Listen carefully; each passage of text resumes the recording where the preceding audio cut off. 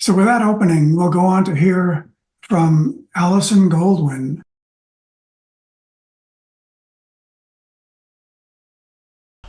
Uplift, upshift. To me, uplift is buoyant. Upshift is bold.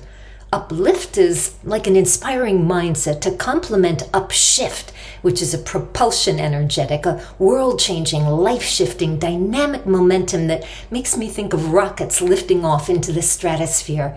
And lately we've become really enamored with space exploration, haven't we? But what about inner space exploration? Without this to complement the ride, our species will wind up lost in space, spaced out without being tuned in, ever cultish adolescents experiencing increasingly tough adolescence in this loony classroom of life. Most of us have experienced a relationship breakup, and whether the relationship with that individual or being was healthy or not, fulfilling or not, it was probably still hard. Breaking up is hard to do, as the song goes. Well, we're currently in a worldwide relationship breakup, from an old paradigm to a new, from an unhealthy, largely narcissistic, and often lopsided relationship that denies the many and favors the few. Learning to love self, other, something greater is the only way through this mess of our humanness that we've not only inflicted upon one another, but other species.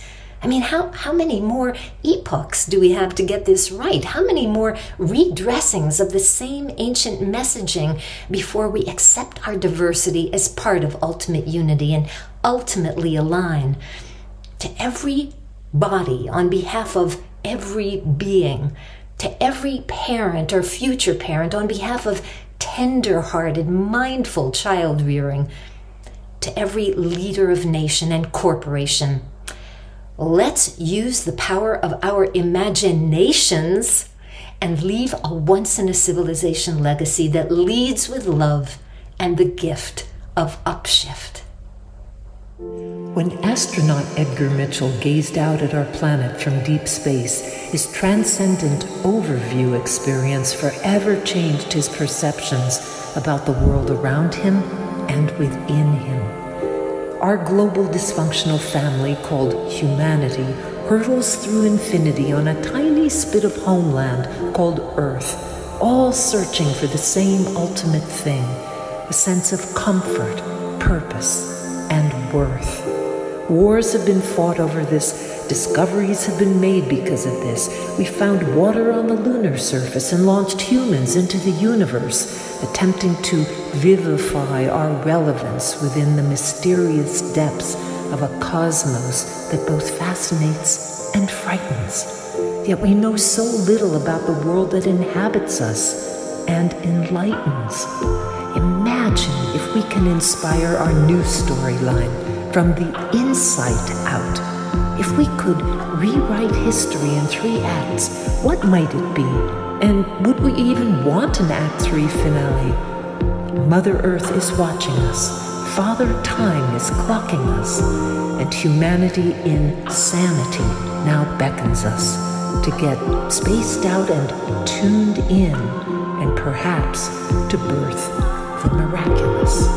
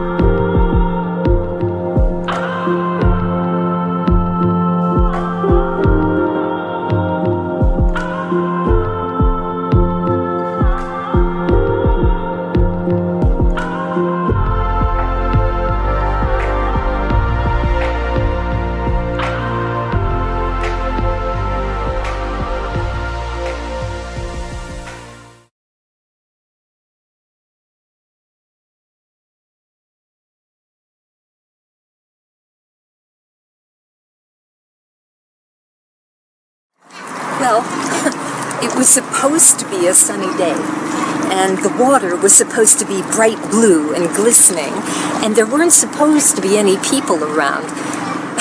Kind of like humanity living on planet we. We're supposed to get along.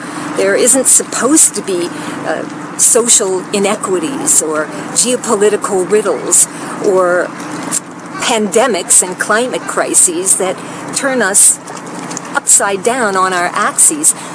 But that's the way it is. And we're going to have to learn to adapt, to coexist. Now, that seems like a riddle unto itself, given that there's so many of us with so many diverse backgrounds and belief systems, cultures, and nations. Now, I know when you watch that very cool teaser video for Synchronistory, it almost looked like an ancient artifact from a long-lost culture, way back in 2019 AD.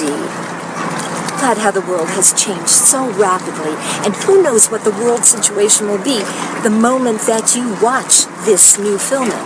We don't know. What's really good, though, is that margin of possibility where we don't necessarily know. Is it breakdown? Is it breakthrough? Is it breakdown for breakthrough? Well, that's kind of up to us, isn't it? There's so many fantastic, extraordinary endeavors burgeoning across the worldwide spectrum. And they're there to help almost midwife us into a new world. But what is this world that we're becoming?